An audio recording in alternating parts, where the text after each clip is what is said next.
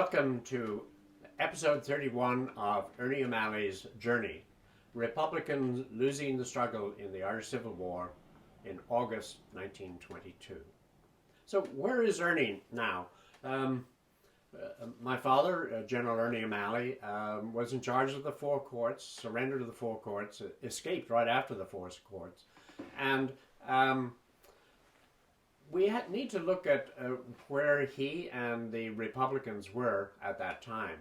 All of the senior management of the Republican cause in their headquarters had been captured, and they were off now in jail.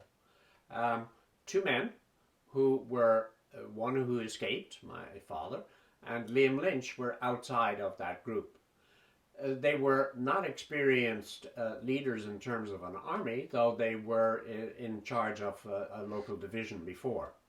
So they were in a new position and without their staff management. They had to create their own commands, and they did so, but not with the experience of the men who had previously worked in those roles. So let's look at what his own reflection is upon the challenge before him in terms of the command. And here he is describing in The Singing Flame part of his position in August 1922. Dublin, my Northern and Eastern Division command headquarters, was weak. The officers and men were picked up, and it was extremely difficult to get operations carried out. We had to deal with opponents who knew our individual officers by sight and were aware of their efficiency, energy, or experience, mentality, and degree of training. They had a rough idea of what we would do in a given situation, the method of our attack, which of us would be the most feared. The British had been striking in the dark. They did not know our officers personally, and we were an invisible army who melted away when they tried to steamroll. The people supported us then, and informers were hard to obtain. Now the people, on the whole, were against us. They were willing to give us information. The newspapers had led them to believe that we were small, disorganized groups. Catholic clergy of all ranks pounded pulpits and reused their favorite adjectives. We had to face ourselves and not the British. That's a very telling remark because, you know, it's the essence of a civil war when you're fighting your own. And here they were in the midst of a struggle. And as he indicates, the people that he was now fighting were not only former comrades, but people who knew them. And so they had to go into disguises and various other diversions in order not to be identified. And it must have been a very risky feeling because every time you went out, you might be recognized. So, and risks were taken on a daily basis. He tells of another incident in The Singing Flame, and here he is, one night, returning from a meeting of South County Dublin officers, I walked across the city. At the meeting, reports and dispatches from the battalion area had been given to me, which I padded into a roundus in my socks. I did not carry a gun. I was close to Bagot Street Bridge when I saw a car without lights moving up slowly to the bridge. There were 4 civilians in the car. Something wrong with the lights, I thought. A car on the opposite side of the bridge began to swing its beams up and down, then across the street. It moved down on the wrong side of my street. It was an armored car. There was no laneway or gate near me. The searchlight focused on 3 men in front of me, then on myself. I'm trapped. The car, without the lights, must have picked me up. The armored car came to a halt. Men with guns in their hands jumped down, shouting, "Put them up!" The 3 men held up their hands. I did not, as I thought I had not been recognized. if they meant to shoot me, they would shoot me without my hands up. Damn them anyway. I moved in under the muzzle of the machine gun in the turret. They weren't going to riddle me first. 2 men stuck revolvers against my chest. They searched my pockets. They did not pass any remarks about my hands not being held up. What's the idea? I asked, waiting to jump and snatch a gun. They did not reply. They searched me thoroughly, felt the lining of my tie, the inside of my collar, under my armpits. One of them felt my socks on the outside and patted my trousers, ran down hands on either side of my legs. They did not say anything. Have you finished now? I asked. Yes, said. You're all right. You can go ahead. So this is the potential life and stress under which my father was living on a daily basis in Dublin, and indeed all Republicans, because again in the Civil War they would have been recognized. Let's just step back a minute and sort of say what is happening in Ireland, and how are the forces lining up between the Free State and the Republican, and what's the outcome of the struggle during this summer. It's coming to the climax. As we know, there had been a split in the IRA in the Civil War.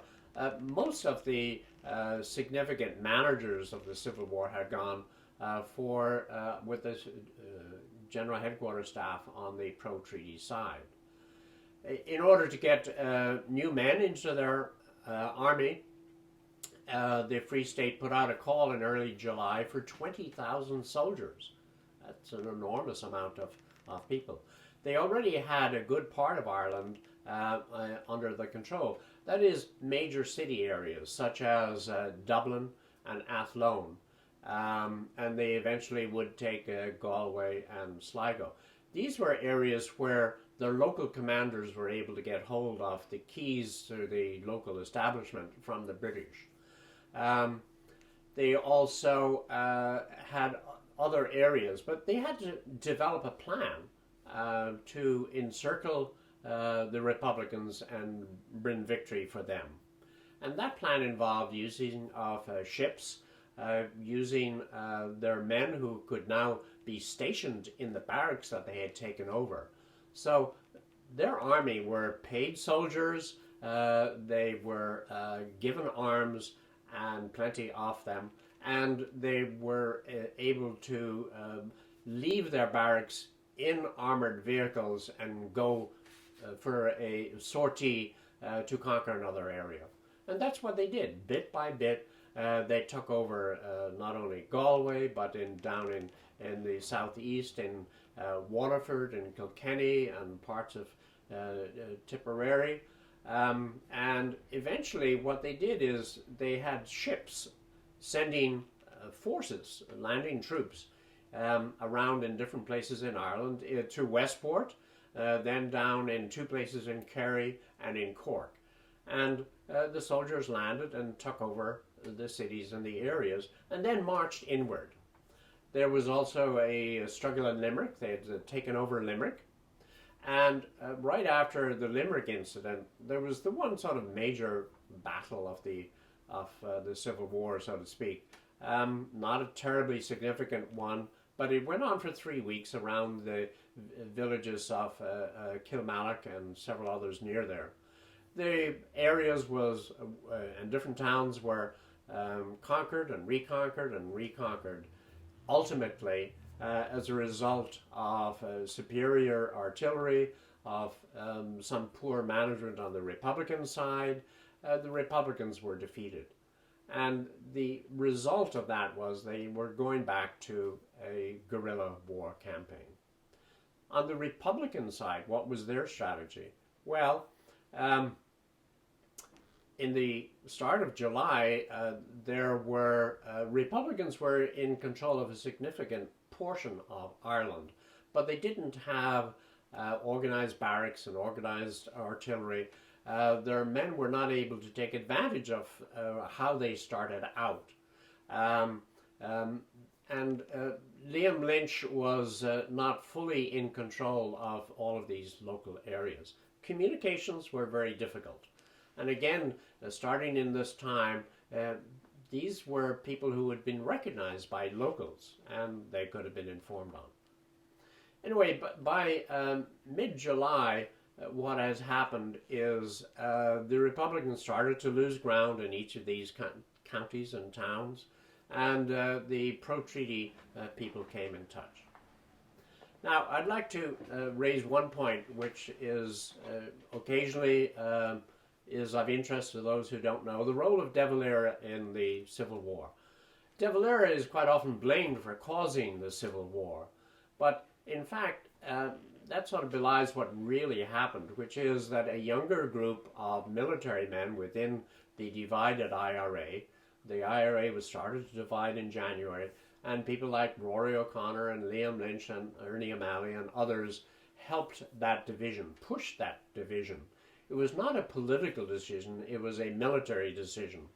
And so the military group sort of took over control, and without consult or consenting from the political parties as such, because there was none on the Republican side, they started taking their own action. They had an executive, they had an army council, and they were running the show.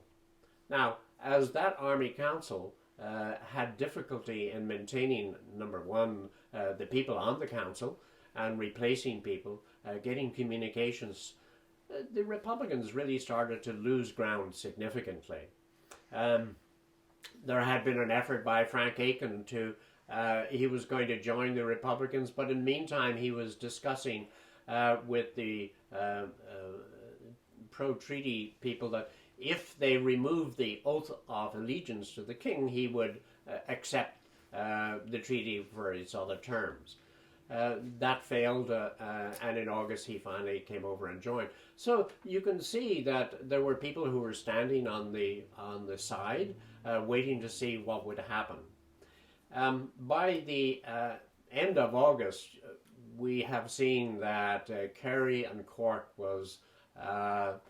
had already been invaded, but the Republicans were able to maintain their presence in the west, in Kerry and in Cork, and several other important areas. But they were a dwindling force, and they were back on their hunkers, back into a guerrilla war situation. Now, what else was happening in the middle of the Civil War was a really very tragic development, which changes and alters the way that the Civil War is prosecuted. And Ernie describes it as follows. In mid-August, Arthur Griffith died of a cerebral hemorrhage. Republican rumor, always busy, said it was due to the severe shock when he found out that the Collins and the Irish Republican Brotherhood had been implicated in the shooting of Wilson, the former Chief of Imperial General Staff. Many Republicans were in high spirits. Then in late August, Michael Collins was killed in the ambush in County Cork.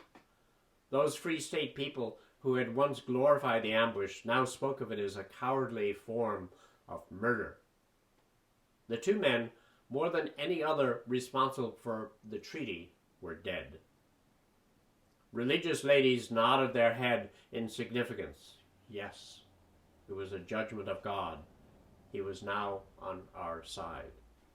And so, with the loss of, Ernie was moved by the loss of Collins, but in this way, no doubt he was now rid of an adversary, but he knew that the loss of Collins would mean that others would be replacing him. And at that time, he was said to have used the words that this was not good, because he knew that the Mulcahy's and the other more conservative people would be coming to power. And that's in fact what happened. So these dark days were very sad for Ireland. Looking back on Ernie, what do we find him now? In a new environment, having to create some of draw in on his old passion, diehard Republican, still organizing, still on the run in his own sort of native city, of Dublin, having a distressful time in trying to organize his own command area, and finding that reports are coming through of the failure of his people because there are not enough people. He doesn't know who these people are, and he can't be in touch with them.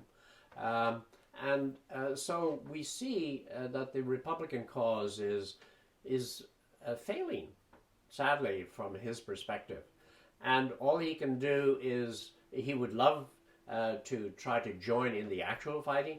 He's a fighter. He would prefer to be in the fighting, but he's stuck in Dublin, in his own headquarters, pushing a pen. Next time, join us for Determination and Desperation in the Irish Civil War.